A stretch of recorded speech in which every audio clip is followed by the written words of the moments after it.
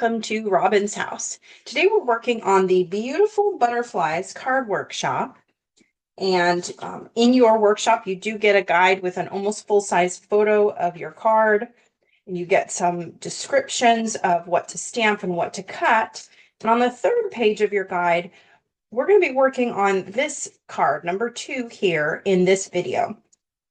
So this is to make a shaker card. And so I wanted to show you, hopefully quickly, the steps. So what we did first was you cut the shape out of the paper that we have, and then you use that shape in order to stamp. So you put it down on your card where you want your card to end up, and then you use that as a guide of where to stamp the image that you want on this page.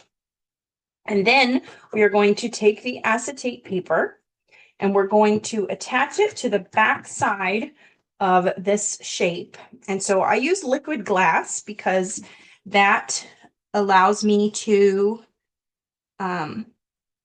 stamp onto plastic, but you don't need very much.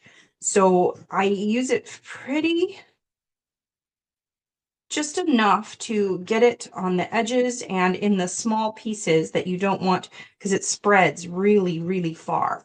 So it does not take much, and I hopefully can show you that as I drop the acetate into this. So I'm going to kind of clean it off a little bit.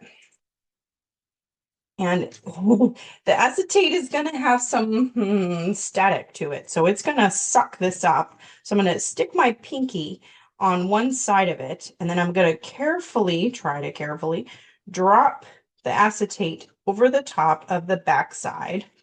And then as I'm pushing, can you see? Yeah, you can kind of see it spreading that glue around. I'm just going to push it down and help it spread.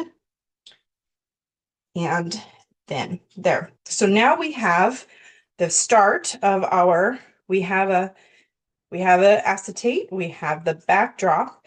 Now we need to get it ready. So this is going to take a while, but I cut some of my foam squares. I use 8-inch foam squares. These are really, really fat foam squares, just to give some room for the shaker stuff to go.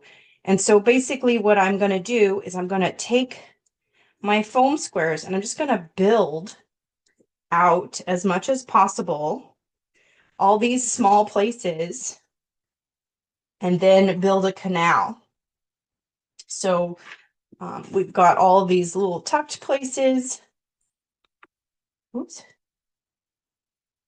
And then also you can't forget about your edges. So now I'm gonna start building my canal. So this is a little, not a canal, a corral to contain all of those little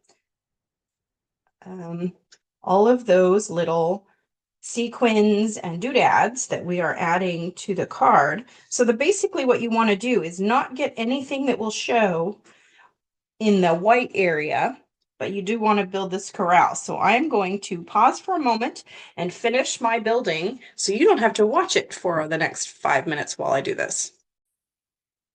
So now I'm very nearly finished with this. And I did want to tell you, so these are actually foam squares, the ones I usually call foam squares, and I cut them at a diagonal. And that's basically just to give me a little bit more surface area. If they were squares, they wouldn't cover as much space. And so I just gave myself a little bit longer of a tail to work with over here. So I've got, now you can, I'm pretty conservative, I guess, with how much I cover. I think this is enough to get it through. Now, the next steps that you'll want to take a pillow, I didn't bring one. It's a little anti-static foam that you use for embossing. And the next step you'll want to do is use that foam, that little pillow, and cut the static on your butterfly, and then cut the static on your acetate. And then you'll take your little itty bitty bokeh mix and you're going to drop these sequins. You have to keep them inside where the little butterfly is black.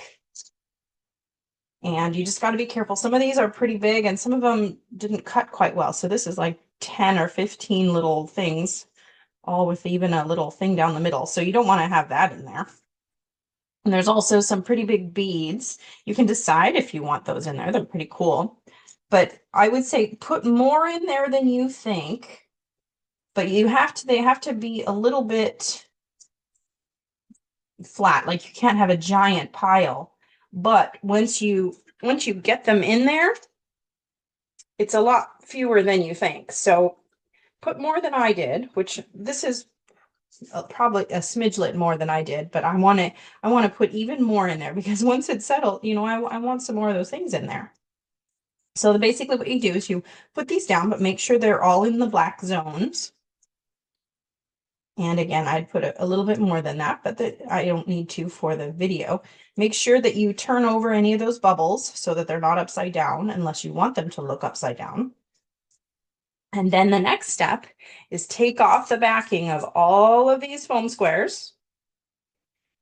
And then very carefully, and even with the pillow, some of these are going to jump up to meet the acetate. So just, you'll watch it here because I didn't have a pillow.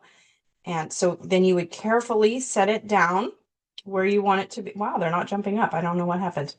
And anyway, and then you set it down and then you officially have a shaker card. It's not going to work because it's not glued.